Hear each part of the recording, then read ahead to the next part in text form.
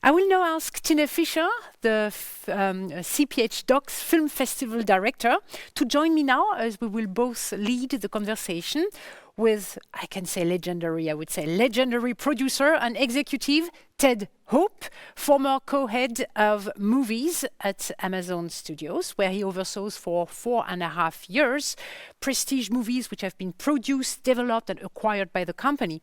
But prior to joining Amazon, he himself produced more than 70 films, received numerous Academy Award nominations, won even 3 Sundance Grand Jury prizes. He was also co-founder with James Seamus of the production and distribution company Good Machine back then. And today he's also the co-founder of Double Hope together with his wife, Vanessa. He describes himself actually as a holistic film producer. I would say this is the perfect pitch for us here to discuss global streaming and the future of the independent industry, especially because Ted co-wrote, together with Anthony Kaufman, the Hope for Film, which is basically a journey of a producer across the revolutions of indie film and global streaming. So really perfect for what is happening today. And Grace was saying earlier, the digital economy tends toward monopoly. So let us now check how far the audiovisual industry is headed in the same direction, or will there be space for a whole new independent industry targeting possibly new, younger audiences, more diverse audiences? Question marks. We're going to explore this now. And I wanted to say something very special here because we asked all the speakers throughout all the 5 days of the conference to send their own questions and we integrated them in our interview. We love to try new things here at the CPH conference. So let's go.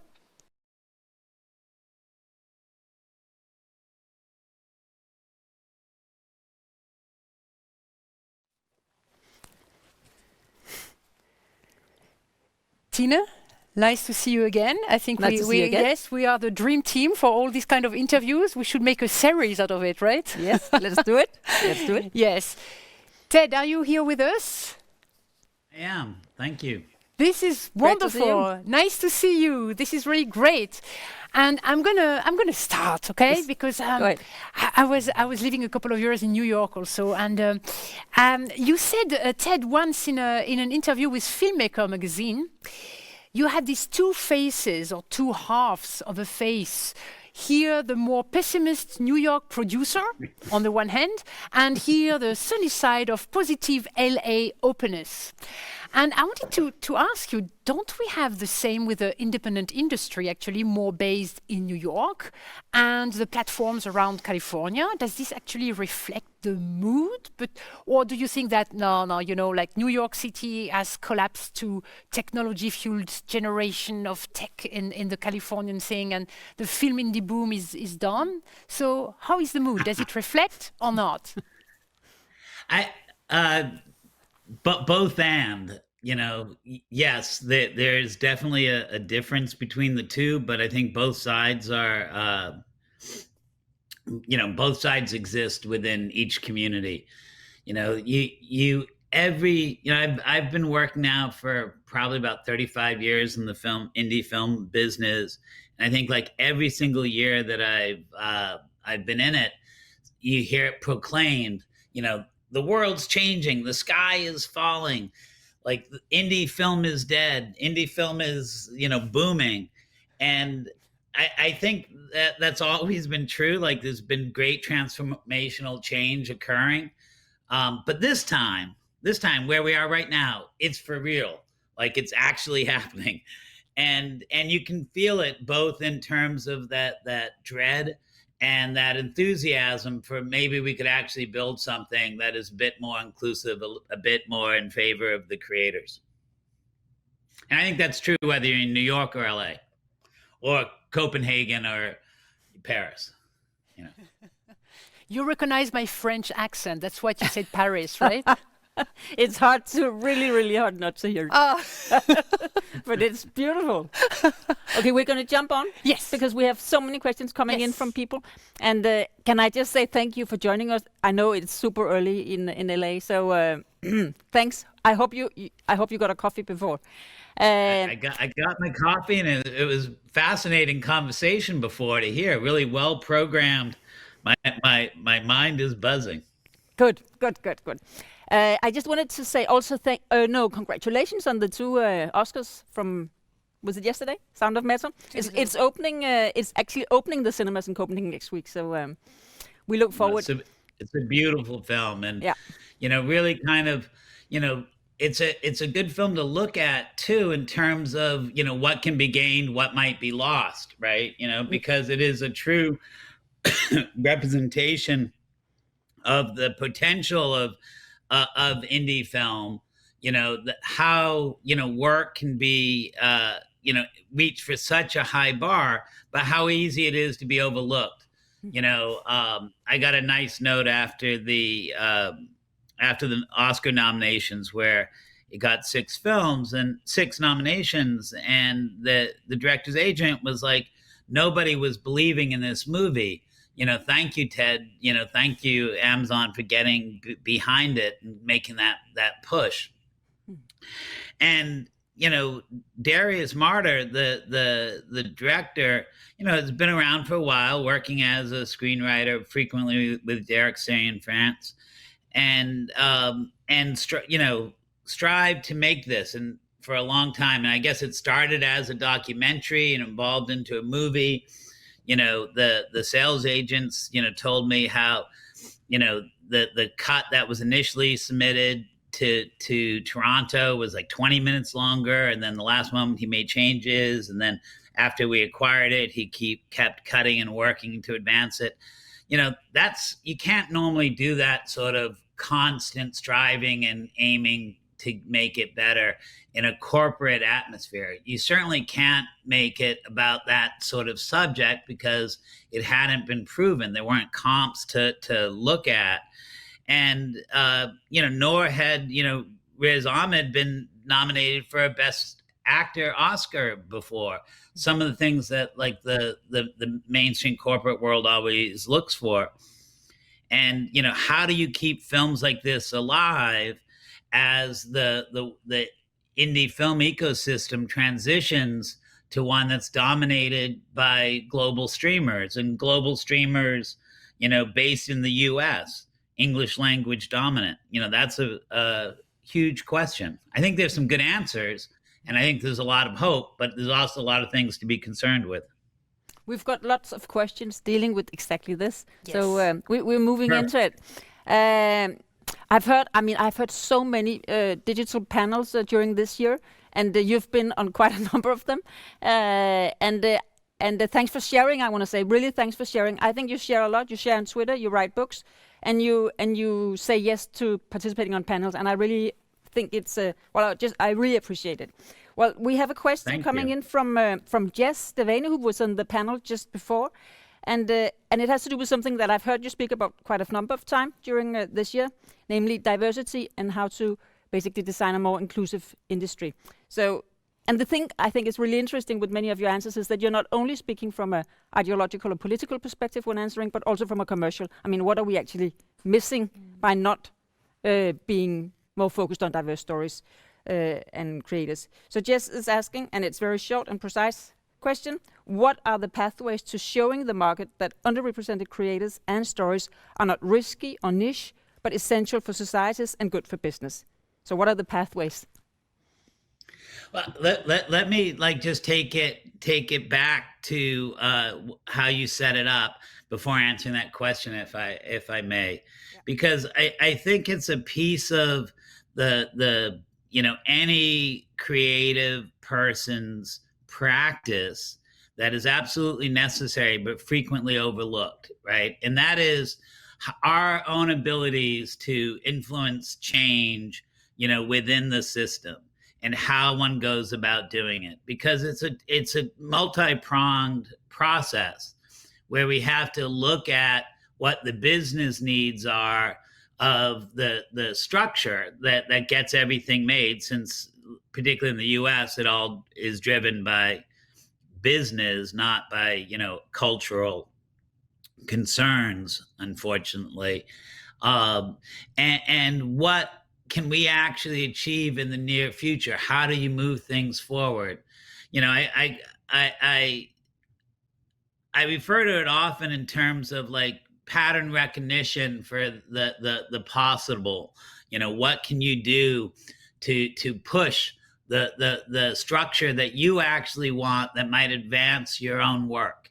And I think it's something we all have to recognize, both our capability of doing and the necessity of doing. I go back often to one of my first like great learning experiences, which was to when we made Ang Lee's second feature, The Wedding Banquet.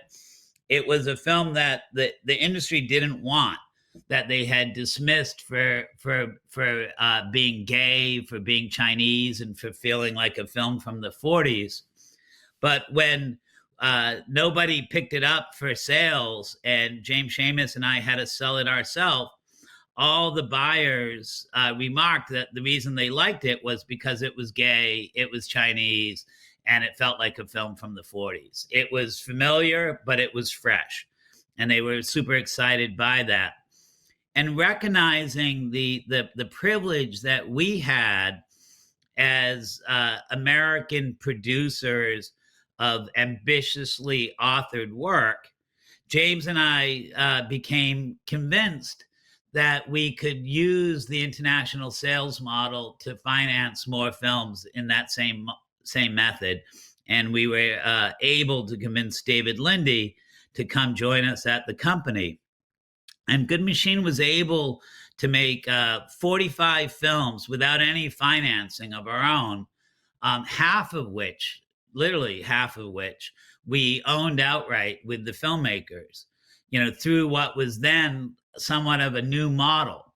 And I think that looking forward to where there's such opportunity, we can see ways to address, questions, be it diversity and inclusion, or questions of content and what stories get told. That the beauty I've always felt about the film business is that the smartest, the most powerful, the wealthiest make colossal dumbass mistakes time and time again, right? Thankfully, right? That we're all, no one's immune to that disease of the colossal fuck up. And, so you can look first at the studios and see how they made a couple of errors getting to this moment we're in right now, right?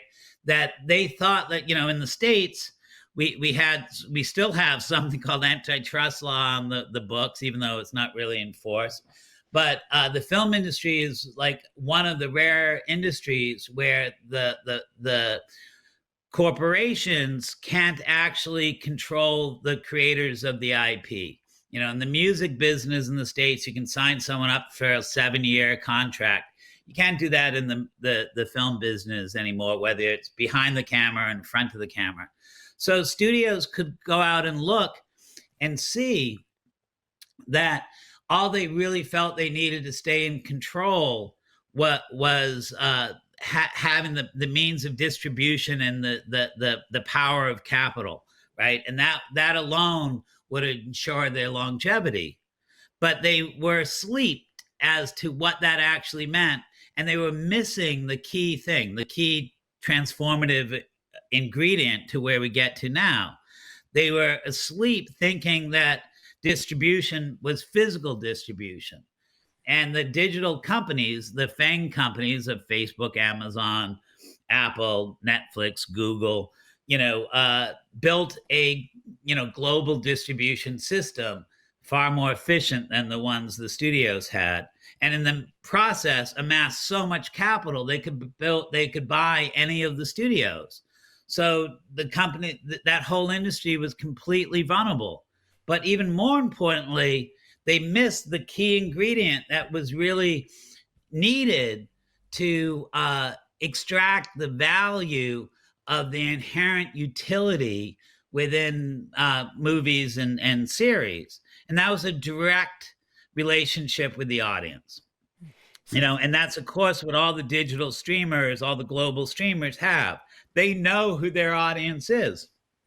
And, we, as audience members, know exactly what the last 125 years of cinema have produced, because during the pandemic, we've been staring at the user interfaces of these different streamers and seeing work that is generally 50% or more made by people who look like me, old white men, right? If it's not made by us, it's starring us. But the global streamers have a firsthand understanding that the audience is much different, far more diversified than I am, than looking like me. And so they have not just political or social needs to be far more inclusive, to diversify the perspectives of the work, both who tells them and who stars in them, but they have specific business needs, because you see how rapidly, as we just enter, and yet that's the other key thing to recognize. People refer to things like streaming wars or hyper competition, but it's just beginning. We're just at the tip of the tip of the tip of the iceberg, right? I'm absolutely with you. Yes. What that type of competition looks like. Yes, no, totally. I'm no, I'm totally with you. Interrupt me anytime, because I'll just keep going. because you said something right now really great for my next question. It is exactly this, about the specific audiences. Because you said, and I want to bring it back to the documentary world for a second, or longer. Documentaries are in high demand with streamers right now. They may have a built-in audience, and their ability to attract new customers, or that these customers are passionate about their chosen subject. And as documentaries are also low in price, they are very attractive for streamers to be programmed, right? That's what you said. So my question, talking about specific audiences and etc., do the big streamers have the will to build these specific audiences around documentaries? Does it make sense to them in terms of return on investment? Or would it be actually more meaningful to have them streamed on specialized platforms to be able to build these specific audiences? Yes, and like both, but very much so. Like I think one of the key things to recognize is what you were speaking about, of being targeted audiences at a low price point, right? That basically is the equation for efficiency. The most valuable type of audience member for a streamer is the new audience member. How do you attract new people to the platform?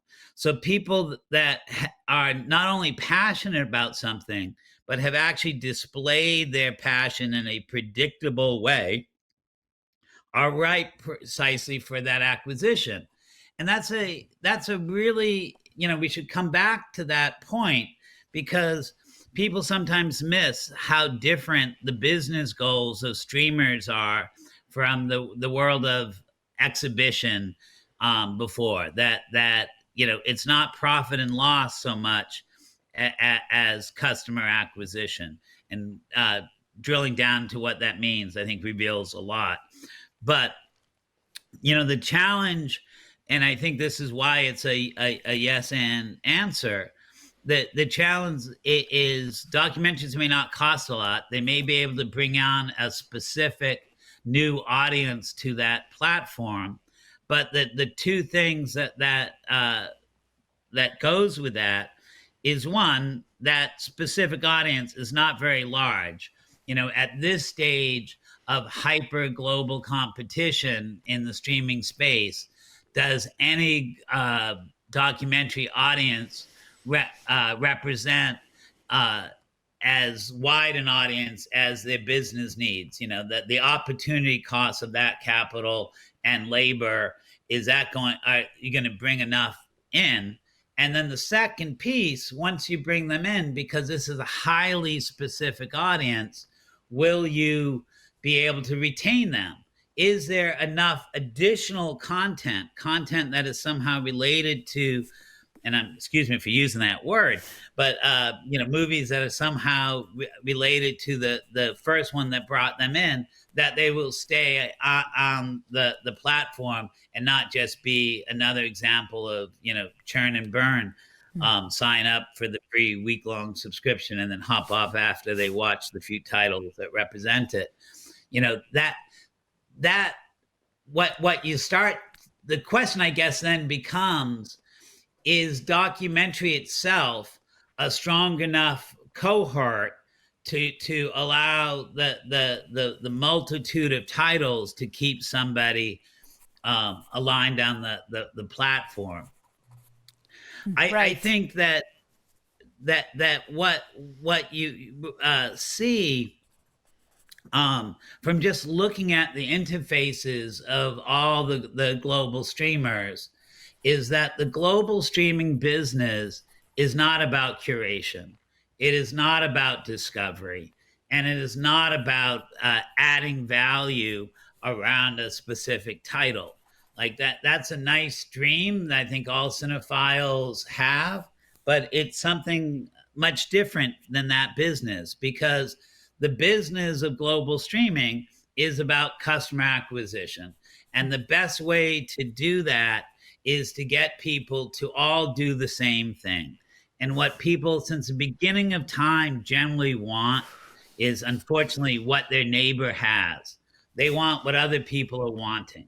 And so you look at the interfaces and you see that they're actually all designed to promote the shiny and the new. That it's not the driving of the algorithm to give you more of what you actually want.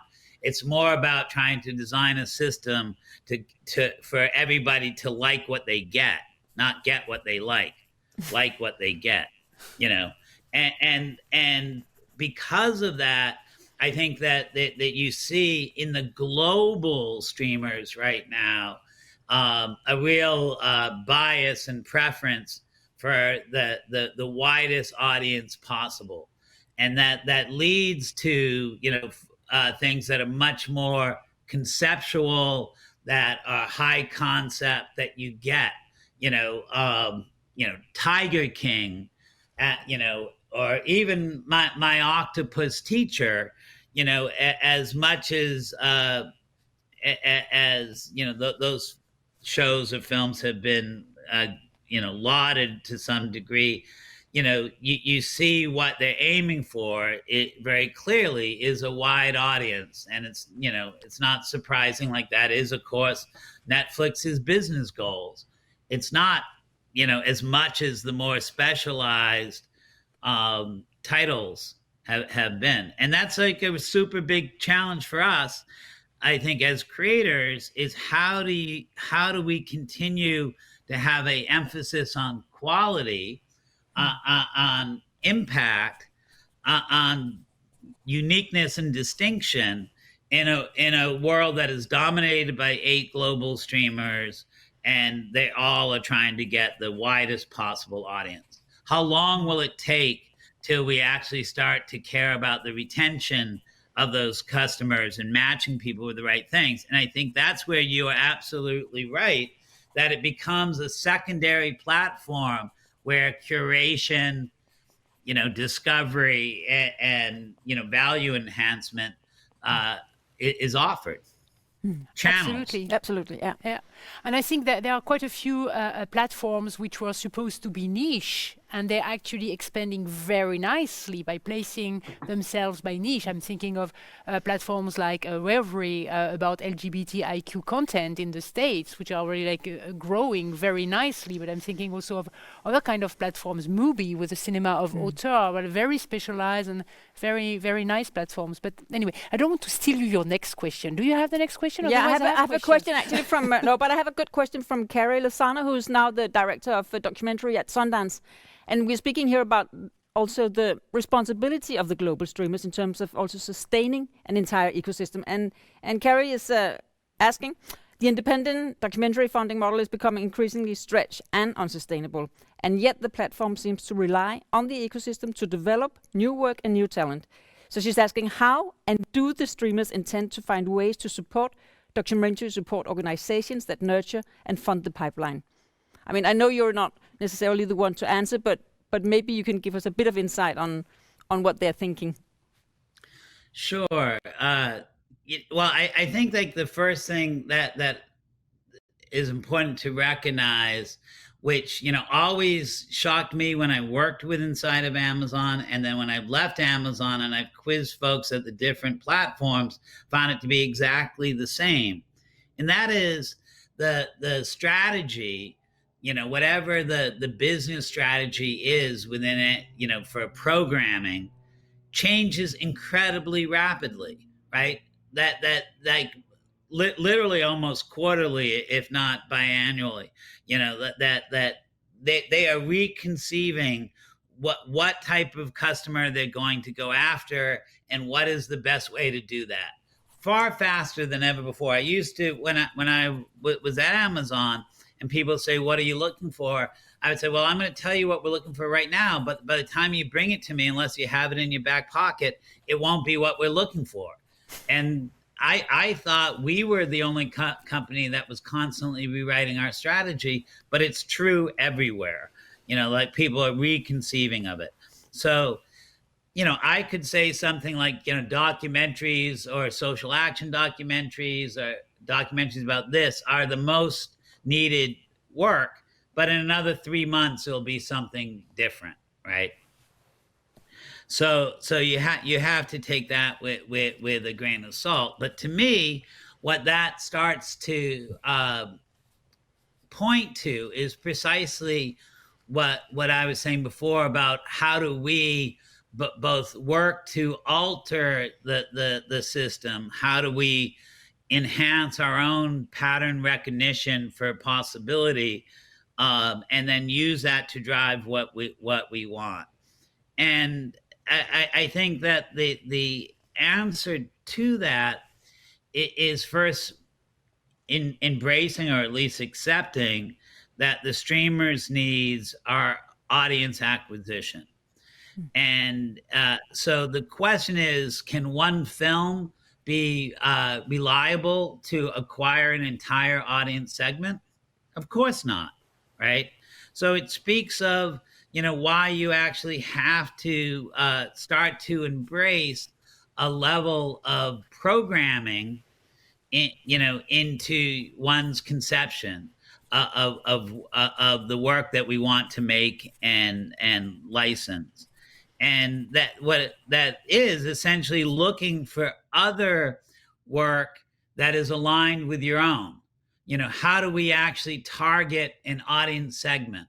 And that might be, you know, across a specific demographic, you know, whether that's auteur, you know, work or LGBTQ work. It might deal with, you know, the classic, you know, breakdowns of age, race, class, religion, gender, orientation. You know, it might be more genre oriented. You know, I see every year like a rise in you know, documentary thrillers per se. It might be, yeah, we're looking for, you know, documentary love stories. What are those, and how do we bring these films together and allow them to build upon each other? What is needed to do that? That, right. You know, when audience acquisition is a primary goal, you know, what does that do to more niche oriented content? You know, will the streamers' focus in documentary strictly be geared towards pop culture and global audiences? You know, the challenge that you see is, you know, we've built a structure and still have like corporate structures that are based on an old way of doing things. the streamers' needs are so much, quantity and speed, ease of operation, maintaining a regular cadence, efficiency. How can, in what we generate and bring, how can we address those needs so that we can address our own needs at the same time? I think in trying to answer that question, there's tremendous opportunity for creators to own their work in a much more substantial way than ever before. And I think in terms of our ability to cooperate, with other creators and start to address these programming needs, we can also have much more control over the type of work that we're able to make and license. But it requires, like anything else, tremendous cooperation and some changes in how we structure things right now. This is great. You should actually jump into the program tomorrow. We have also a very nice thing about the future and of representation and specific challenges of new platforms. But you have a question. Yeah, I just wanted to follow up because, basically you talk about the change in cultural leadership through many of your answers and in many of the other talks that I've heard you participate in. And I noticed that you're going to co-lead graduate program, I think it is, at the Thunderbird School of Global Management. And I was just wondering, how do we train the new generation of cultural leaders? I guess you're preparing a program, and I'm actually next week heading as the CEO of the National Film School in Denmark. So I'm also super curious to hear your thoughts on it, just on a personal note, and more so also because in Europe the film schools, they were built in the late 50s, 60s, and they're all built both in terms of method and programs around supporting the auteur tradition. So what's the future for the film schools, and what are your thoughts on what a new generation of cultural leaders what are their skills, and are they missing some of it? Well, thank you for that question. I think that to some degree, everything needs to be far more designed for a collective practice and for looking and trying to address the issues of sustainability. It was noted that I like to refer to myself as a holistic producer, and I think that this is something that was a necessity when I started out and was essentially abandoned for a variety of reasons, but once again I think needs to become the kind of more dominant model, in that the value of an individual title to a global streaming basically is expended once it's no longer new, right? That the nature of streaming is to push, as we mentioned, the new. And I think that within that, again, recognizing streamers' goals being so much, quantity and speed, how do we get that? We'll all be able to retain the licenses of our work in a way we haven't been before, and we'll be able to retain, more of the media grants, and that also allows us to do new things. But it also requires that we are set up for that from the beginning, so that we have to generate how we're going to, serve our films through their entire life cycle. How do we create new marketing events at the end of the first 2-year license, per se? How do we have the right assets to keep the film, the work, evergreen? And we're not currently trained to do that. It was certainly the New York independent way, and in America, under the Hollywood studio system, I think a level of specialization became, vogue, or the necessity. Somebody who specializes in financing, somebody who specializes in packaging, somebody who specializes in production, somebody who specializes in distribution and marketing. And that I don't think will suffice anymore. And you really will have to know how to do soup to nuts. And with that, I think how we also, all of us, look to the continual evolution of the ecosystem. How do we do that? How do we build that into our practice? And I think that some of the answers also are aligned with recognizing that we're no longer, strictly a geo-specific industry. All of it becomes quite global. And so you have to start to look and build alliances beyond borders in every which way. And and that again, I think is something that is not very, that we're not, trained to do. Similarly, I think that you start to need to look at how we collaborate outside our own specific field, how we collaborate, into other cultural strands. You certainly see this, I think, in the documentary space of the embrace of podcasting, almost as a test kitchen or early, development along the way. You also can, I think, start to look and see how so much work really wants to embrace a kind of 360 approach. How do we also produce a book, and how do we produce a immersive event, or live event of some form? And so I think that nobody these days can specialize into a singular type of cultural content, but we have to know how, better than ever before, how to collaborate across platforms and across forms with other creators, but both in different fields and in different environments. Yeah, that's completely great. Agree. Yeah.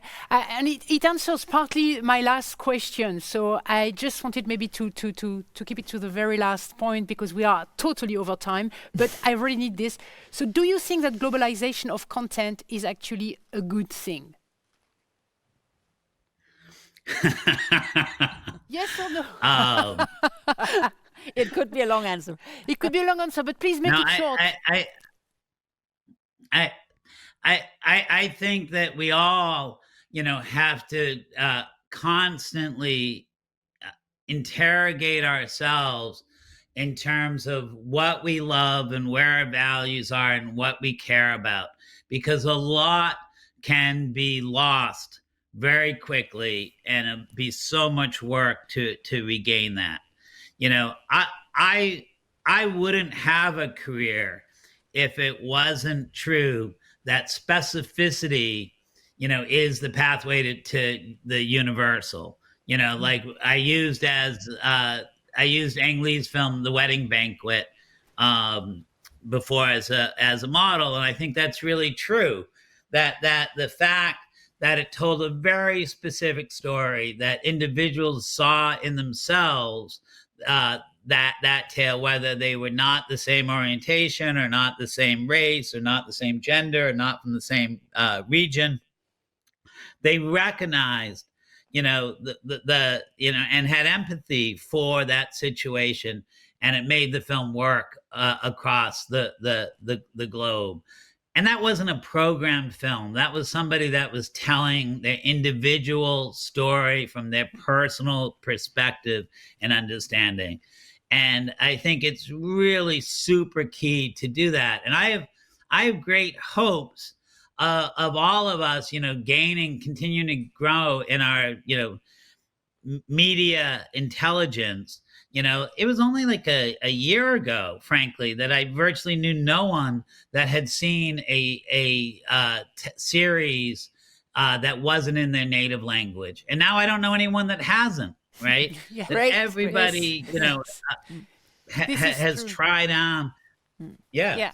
And I think that some of you can see on the most successful of those shows, often that they're aiming now for audiences wider than their geo-specificity. But at the same time, I think that what we love is their cultural specificity. So I do think, that the access to global content hopefully will help us all recognize that we're not so, either or, this or that, but there's an entire spectrum of experience and perspective that we can relate to, even if we don't align in the most general of ways. So Yes. I think that I would interpret your question essentially as saying this is really a key time to double down and make sure that we maintain a cultural specificity, national cinemas, and empower, those that come from different perspectives than we've experienced before. It's absolutely needed. And I think the vitality of our industry depends on it. And I have to say, it was not my question. It was the question of Wirada Co-Curated School of Film Do, a great platform based in the UK, which is doing a fantastic work actually as a platform. And Wirada will be also our guest later on today. I really recommend you to watch this. Actually, I think that Film Do is actually quoting you on their website. You should check it out, Ted. Okay. Yes. Well, anyway, thank you so much. I skipped my last question about are you coming back to New York one day? But we can discuss this in the next opportunity. It was a pleasure, Ted. Thank you so much to have been with us so early in the morning. Have a great day. We are also having a good one here, right? So Thank you so much, and see you soon. Thank you. It was really You're fun. welcome. You guys run a great program. Thank you. Thank you very much.